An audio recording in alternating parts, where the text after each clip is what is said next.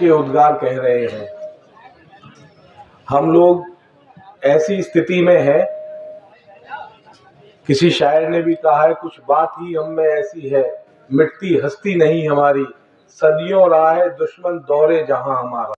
इतिहास गवाह है कि जब दिल्ली की सुरक्षा की बात आई तो आप लोगों पे भरोसा किया गया, और एक बेल्ट है दिल्ली के आसपास में आप लोगों की, और आपने हमेशा इस राष्ट्र को संभाल के रखा, इसका स्वाभिमान का काम किया।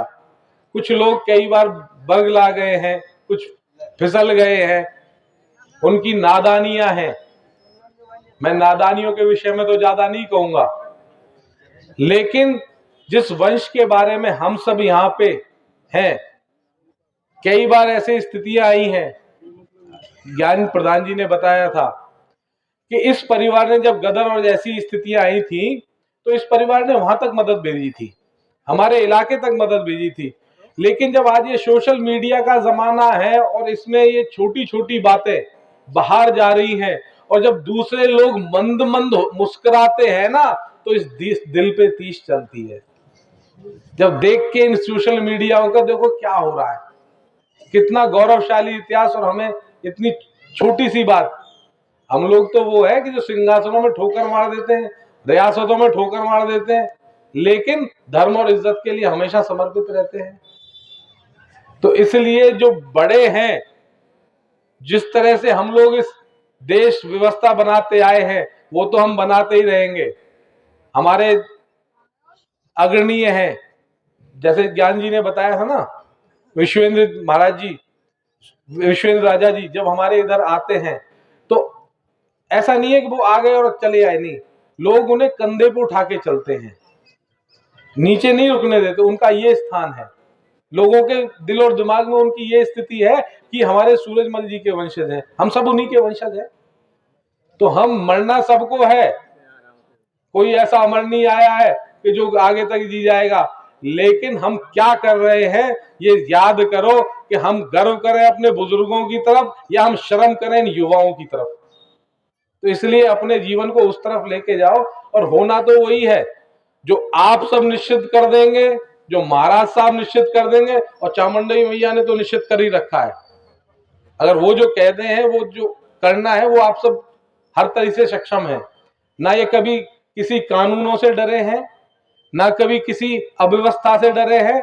शीश हमारी महारानिया ने भी जब कभी बात आई तो अपनी शीश थाली पे रख के दे दिया। तो हम तो इतने गौरवशाली, हम किसी चीज से डर नहीं रहे। कोई कानून का डर दिखाना चाहे, कोई और ये कहना चाहे हम ये कर देंगे वो कर देंगे, ये किसी और को डराना, ये डरने वाली कौम नहीं है, ये दबने वाली नहीं है, ये तो सिर्फ प्यार से समझने समझाने वाली है। और अगर इससे समझ में आ गया तो ये सिर का ताज बना के रखेगी, नहीं तो ठोकर मारने में भी ज्यादा समय नहीं लगाती। तो आप सिर के ताज हो, समझ जाओ, हमने तो बना के रखा है, ठाकुर जी ने भी आपको वो कुवत दे के रखी है। और मैं एक बात कह देना चाहता हूं, कई बार इस मंच से बात आ रही थी, ये बिक गया वो बिक गया, ऐसा हो गया वैसा हो गया। अगर कहीं कोई कमी आ रही है, पहले तो ये देखो ऐसे खर्चा क्या है जो बेचना पड़ रहा है, उन खर्चों के बारे में विचार करना। कोई ऐसा तो नहीं है जिससे कि हमें शर्मिंदगी होती हो, ऐसा कोई वो तो नहीं है। अगर ऐसा नहीं है और आपके पास कोई कमी आ रही है तो इस समाज में कह देना, मैल को भर के रख देंगे, किसी चीज की कमी नहीं छोड़ेंगे। कुछ एक यहां से वहां चीज को करने की जरूरत नहीं पड़ेगी। तो आप अपने आप को पहचानिए। इस गौरवशाली इतिहास के साथ हम लोग उपस्थित हैं, हम उसी वंश के साथ आज भी सब कुछ करने के लिए तैयार हैं। हमें ना मौत का डर रहता है, ना किसी और चीज का डर रहता है। हम जिस वंशज के हैं, जिन अभी आप लोगों को ज्ञान जी ने बताया, 3 जुलाई 1805, लगभग अब से 225 वर्ष पूर्व कोसी में बूचड़ खाना लगा था, अंग्रेजों का शासन था, और हम लोग ब्रिजवासी हैं, हम सब आते हैं ब्रिज के अंदर, गिरिराज महाराज के आशीर्वाद से हम सब रहते हैं। उस समय बूचड़ खाने को हटाने के लिए लॉर्ड वायसराय को पत्र लिखा दादा गंगा बख्श जेलदार जी, जो मेरी 5वीं 7वीं पीढ़ी में है। मैं उनका 5वां 7वां पीढ़ी का वंशज हूं, जो आज भी आप लोगों की सेवा में हूं। ये सब आप लोगों के आशीर्वाद से है कि हम आज भी उस सम्मान को संभाल पा रहे हैं जो आप लोगों ने दिया है। और जब आप सब सम्मान और आशीर्वाद देंगे तो क्या नहीं संभाल सकते। ये जो वंशज है तो क्या नहीं समझ सकते।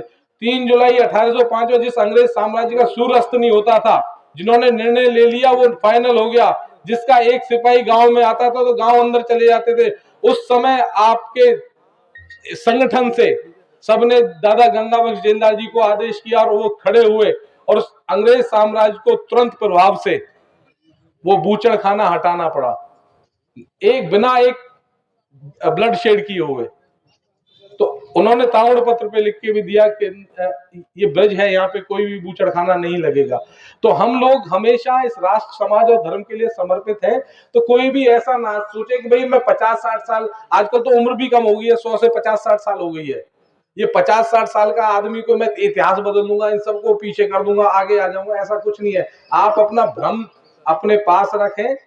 ये कोई ना डरने वाले हैं ना दबने वाले हैं, ये भाईचारा है। इससे अगर आपसे गलती जो हुई है उनके लिए माफी मांग लें, ये आपको फिर सिर पे बैठाएंगे।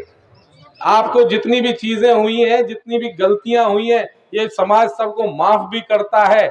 और जो पिता के लिए खड़ा हो जाता है ना, वो भी राजा महाराजा के वंशज, उनके लिए कोई खड़ा जाता है तो उसकी कोई आदर नहीं करता। तो इसलिए आप सबके लिए हम लोग समर्पित हैं, सभी समाज समर्पित है। चामुंडा मैया का आशीर्वाद, अगर आज ये पंचायत नहीं होती तो हम भी यहाँ पे शायद दर्शन नहीं कर पाते, इतना पवित्र स्थल है यहाँ पे। तो इन चामुंडा मैया का आशीर्वाद हम सबके ऊपर रहे, सबकी बुद्धि को सद्बुद्धि दे, और जो स्थितियां हमारी पहले से ही वो तो रहनी है। किसी को अपना थोड़ा घमंड मिटाना है तो मिटा ले, होना वही है जो आप लोग चाहेंगे, महाराज साहब चाहेंगे, जो चामुंडा मैया चाहेगी वही होगा। जय हिंद, राम राम जी। बहुत बहुत धन्यवाद साहब प्रधान जी, आपने बहुत ही हमारा उत्साह बढ़ाया।